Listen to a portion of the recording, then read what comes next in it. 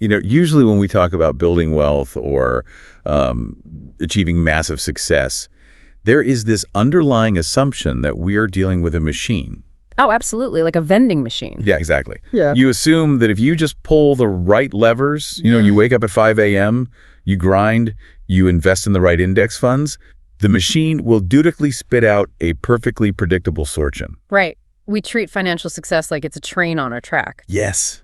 If you fuel the engine with enough hard work, you will inevitably reach your destination. We really crave that predictability. I mean, it is deeply comforting to believe that the world operates on the strict ledger of cause and effect, where effort is the only currency that dictates your final balance. It makes us feel safe. Exactly. But when you start to rigorously analyze the actual landscape of who gets wealthy, who manages to stay wealthy, and, well, who loses everything, that illusion of the train on a track completely shatters. Because it's not a track. No, not at all. You realize you aren't on a track at all. You are navigating a small boat across an ocean full of unseen currents. That is such a vivid way to put it. Well, welcome to the Deep Dive, everyone. Today, we are pulling apart the fascinating, frankly, completely counterintuitive concepts from Morgan House's book, The Psychology of Money. It's a fantastic book, so much to unpack. There really is. And I want to throw something out there for you listening right now. Think about this for a second. Have you ever wondered why Bill Gates' massive, world-changing success is almost completely impossible to replicate no matter how hard you work? Oh, that's a good one. Right. Or considered that when someone goes bankrupt or fails spectacularly in business, it might not actually be because they were stupid or lazy. Yeah, to answer those questions, we really have to explore a theme that runs through the very core of this text. It's this two-sided coin of luck and risk. Luck and risk. Okay, let's unpack this. Okay. What is our mission here today? So, our goal today is to help you break free from the psychological traps that distort how we view money. We're going to deconstruct why we blindly idolize extreme success and instead focus on building a foundation of highly repeatable financial habits that genuinely embrace the wild uncertainty of the real world. So to really understand why you can't just, copy the morning routine of a billionaire and expect to become one, we have to look at the invisible forces that are actually pulling the strings. Right, because the book paints this incredible picture of luck and risk as siblings. Siblings. How so? Well, they are intertwined forces. Both of them represent the uncomfortable reality that every single outcome in your life is guided by elements other than pure individual effort. I mean, that is definitely uncomfortable to admit. It is. But you have to remember your scale in the universe. You are just one person playing a game with 7 billion other people, interacting with an infinite number of moving parts. Right, so the accidental impact of actions completely outside of your control, like the economy, the geography of your birth, the random people you bump into those, can frequently be vastly more consequential than the conscious decisions you make. Exactly. And the source material uses the origin story of Microsoft to illustrate this beautifully. Oh, right, the Bill Gates story. Yeah, I mean, we all know Bill Gates is brilliant, right? He is incredibly driven, and his work ethic in the early days was legendary. Obviously. You don't build Microsoft without working hard. Sure, but the text forces us to look at a massive 1 in a million stroke of pure, unadulterated luck that he experienced. High school computer, right? Yes. He happened to attend Lakeside School just outside Seattle, and in 1968, thanks to a forward-thinking teacher named Bill Dougal, who actually used the proceeds from a rummage sale to lease a teletype terminal, Lakeside became one of the only high schools in the entire world that had a computer. The entire world. That is wild. It's crazy. The statistical improbability of that event is staggering. Most university graduate schools didn't have the computing power that young Bill Gates had access to as an 8th grader. Wow. So if Gates had been born, say, 5 years earlier? Or if his parents had just moved to a different zip code, his trajectory, and possibly the entire history of modern computing, changes completely. Okay, so that's the luck side. But the book doesn't just stop at the sunny side of the coin, does it? No, it introduces us to the darker sibling. It tells the story of Kent Evans, who, honestly, I had never heard of before reading this deep dive material. Most people haven't, which is kind of the point. Kent Evans was Bill Gates' best friend at Lakeside. Oh, wow. And by all accounts from Gates himself, Evans was just as skilled, just as driven, and possessed the exact same rare, obsessive brilliance with computers. They were business partners in high school, dreaming about the future together. So what happened? Well, Kent Evans ended up on the wrong side of the coin toss. He tragically passed away in a mountaineering accident before he even graduated. Oh, man. That is awful. It really is. He experienced the absolute extreme end of the risk side. Two identical inputs of talent and effort, separated entirely by cosmic chance. You know, it's easy to look at Gates and Ken Evans and feel a little nihilistic. Yeah, I can see that. Right. Like, wait, so does this mean hard work doesn't actually matter? And building wealth is just a giant spin of a roulette wheel? Why should you or I even bother trying to make smart financial decisions? That is a very fair pushback. How does the book reconcile the undeniable need for grit with the reality of random chance? Exactly, because you can't just give up. Right, and it reconciles them by separating the baseline from the magnitude. Effort and grit absolutely matter. They are the baseline requirements just to get onto the playing field. Okay, so you have to buy a ticket to play. Exactly. If you don't put in the work, your odds of success drop to zero. The nuance we miss is that while effort guarantees you a ticket to the game, luck and risk dictate the ultimate magnitude of the final score. I see. So we shouldn't discount hard work, but we must acknowledge that 100% of our actions do not dictate 100% of our outcomes. Spot on. Which is, frankly, a really tough pill to swallow. Our brains naturally rebel against the idea of randomness. Oh, for sure. It hurts our egos to admit that luck played a role in our wins. And it terrifies us to admit that risk can wipe us out despite our best efforts. Right, because we want to be in control. Exactly. The human brain demands narrative. We have a fundamental need for the world to make sense, which means we desperately want simple stories of cause and effect. And when we don't get them, we just make them up. We do. This cognitive shortcut manifests as the attribution fallacy. Because untangling the messy web of luck and risk requires way too much mental energy, we resort to a flawed accounting system. Okay, how does this accounting system work?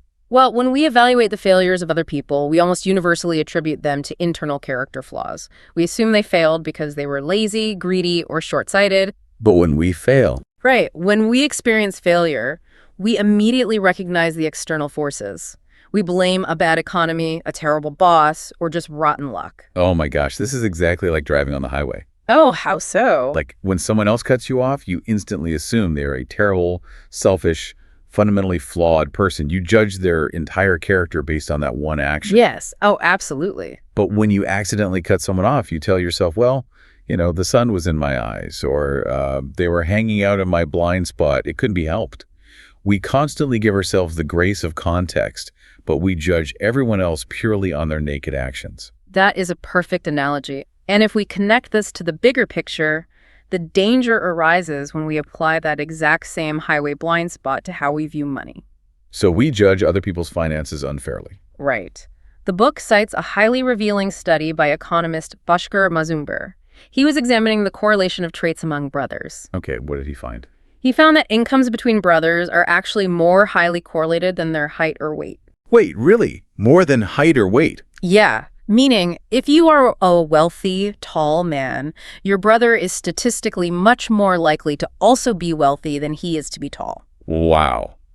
That's incredible. It shows that the socioeconomic environment your parents create is an incredibly powerful, invisible mechanism driving future wealth. But try telling a pair of wealthy, successful brothers that their massive fortunes are largely a byproduct of the household they were randomly born into. Oh, they will instinctively fight you on it. They will point to their late nights, their sacrifices, their hustle. Right, and they aren't necessarily lying about the hustle. No, not at all. They're simply blind to the tailwind. And this matters deeply because when we falsely attribute all success to pure, unadulterated skill, we fall headfirst into survivorship bias. Right. And because we falsely believe these billionaires succeeded entirely on skill, we make a terrifying mistake. We try to copy their exact playbook. Blindly copying, it's so dangerous. Completely blind to the fact that their genius moves might have just been lucky gambles.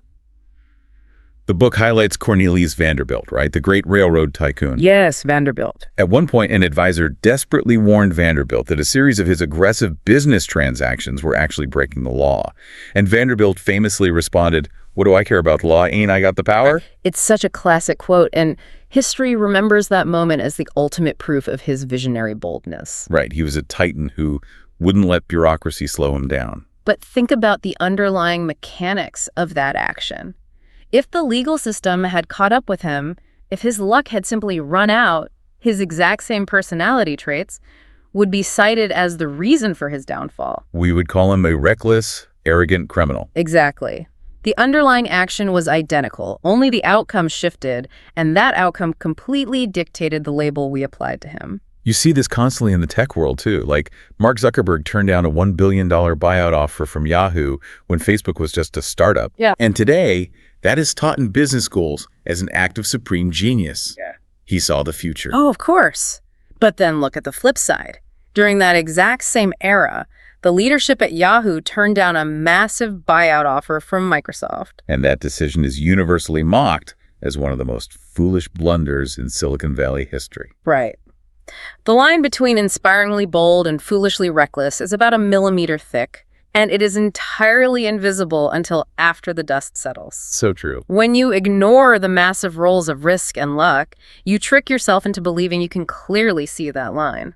So the ultimate takeaway here seems to be that the more extraordinary the success story, the less applicable it actually is to your own life. Precisely. But wait, does that mean we should just throw out all the case studies? Are you saying we should stop reading billionaire biographies or looking for role models altogether? Not at all, but it requires a total paradigm shift in who we study. The text argues strongly against studying the extreme outliers. Okay, so no more Elon Musk morning routine. Right, exactly. The massive CEOs, the billionaires, the spectacular crash and burn failures that dominate the headlines, those are the absolute worst models for your own life. Because the more extreme the outcome, the heavier the influence of luck and risk. Yes. Instead, you need to look for broad, repeatable patterns.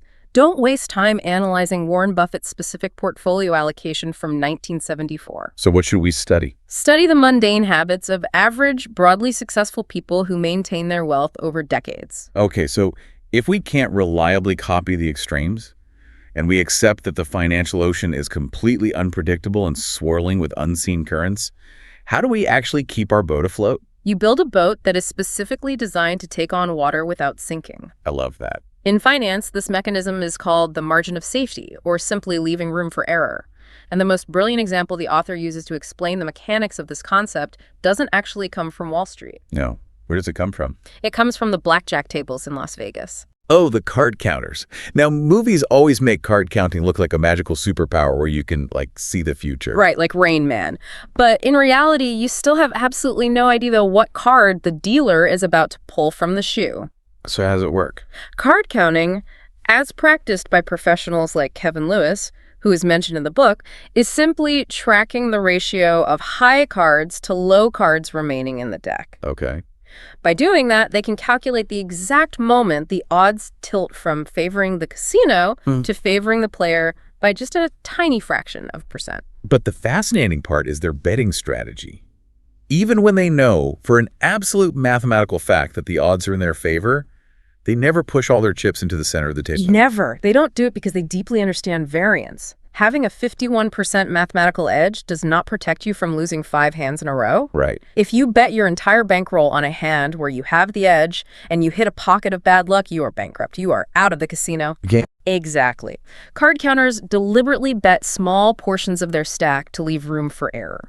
They have to ensure they can survive the inevitable bad hands long enough for their mathematical edge to actually materialize over hundreds of rounds. Ah, so you have to survive the short term to reap the rewards of the long term. Exact. Bill Gates clearly understood this dynamic too. In the early days of Microsoft, he was notoriously paranoid.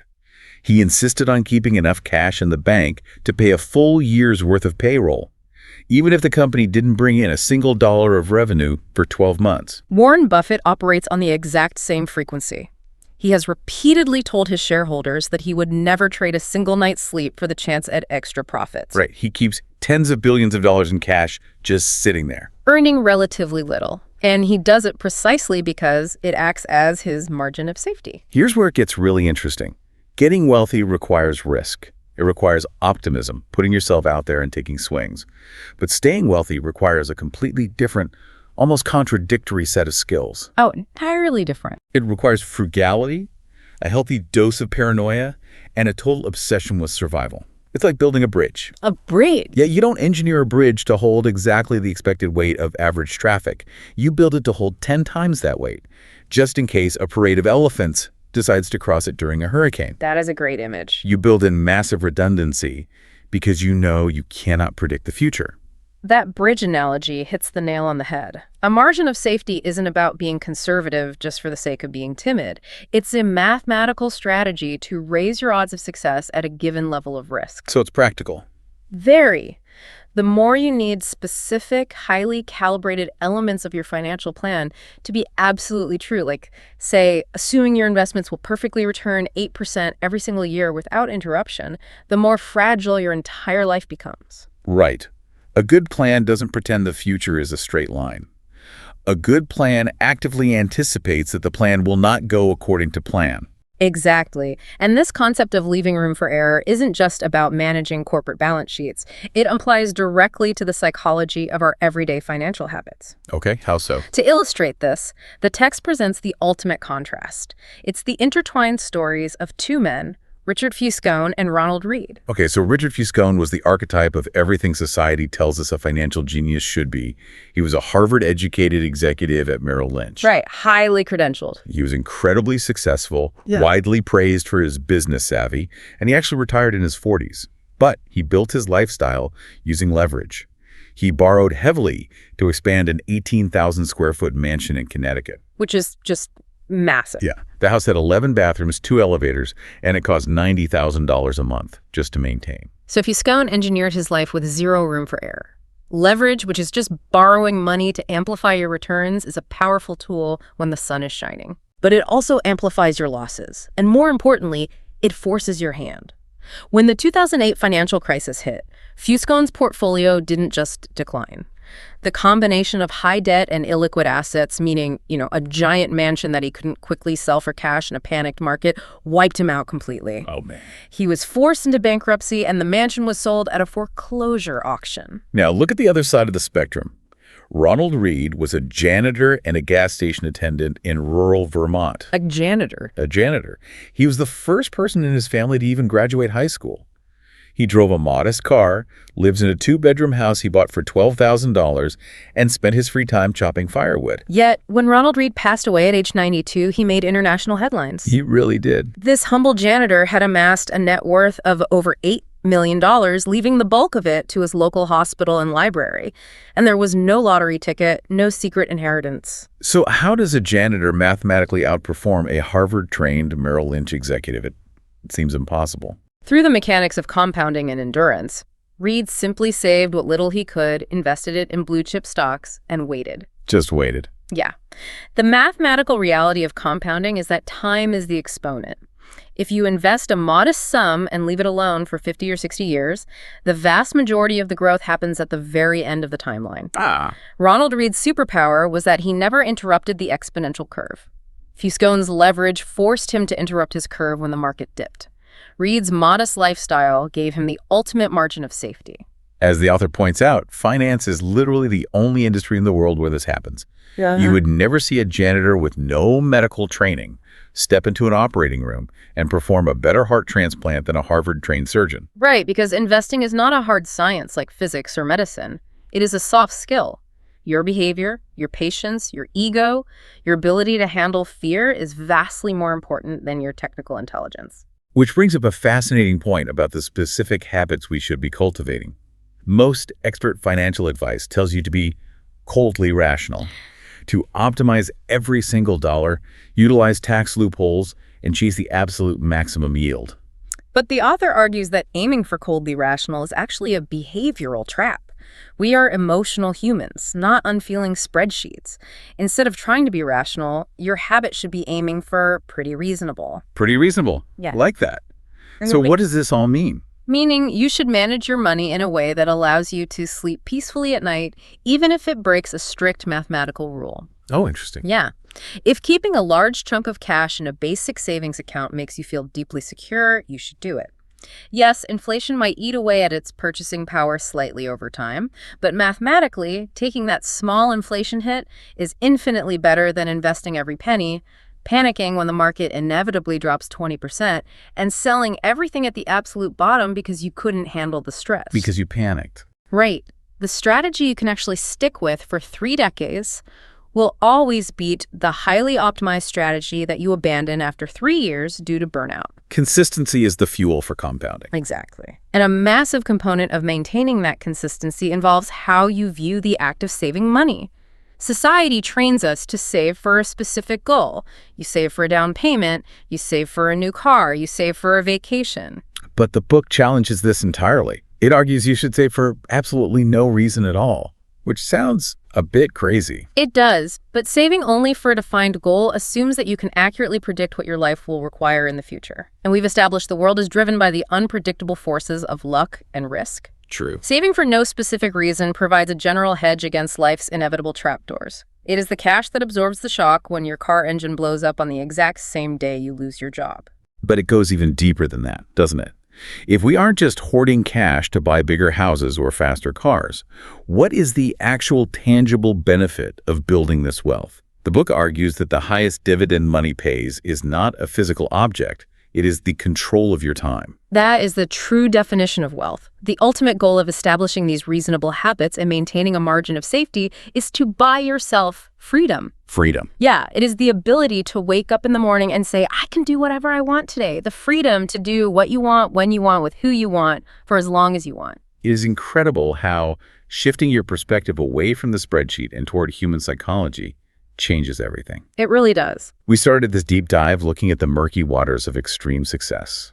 We've seen that we have to respect the invisible hands of luck and risk and stop falling for the attribution fallacy. The outliers are not your blueprint. No, they aren't. The blueprint is building a bridge for elephants. You prioritize endurance over optimization. You embrace the reality that predicting the future is impossible, so you protect yourself by saving for no reason and keeping your ego in check. So as you look at your own financial life right now, ask yourself, are you playing a game that allows you to stay at the table no matter what hand the dealer pulls? Or are you pushing all your chips in, hoping you never hit a streak of bad luck? And as you think about that, I want to leave you with one final thought from the book.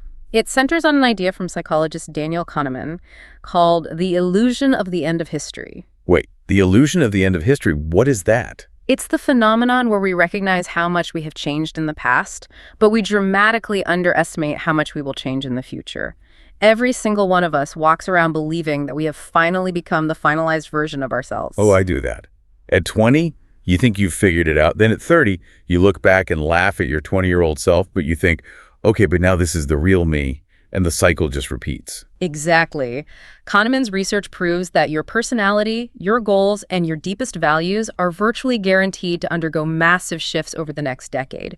Your desires are going to change. Wow. Knowing that, look at the financial plans you're making today. How could you possibly lock yourself into a rigid, highly leveraged 30-year plan without leaving massive room for error? If the person you are today is not the person who will be spending the money 10 years from now, you cannot treat your financial life like a rigid engineering problem. You have to leave room for the messy, evolving, completely unpredictable reality of being human. So well said. Thank you for joining us on this deep dive. Keep questioning the obvious, leave yourself a massive margin of safety, and we'll catch you next time.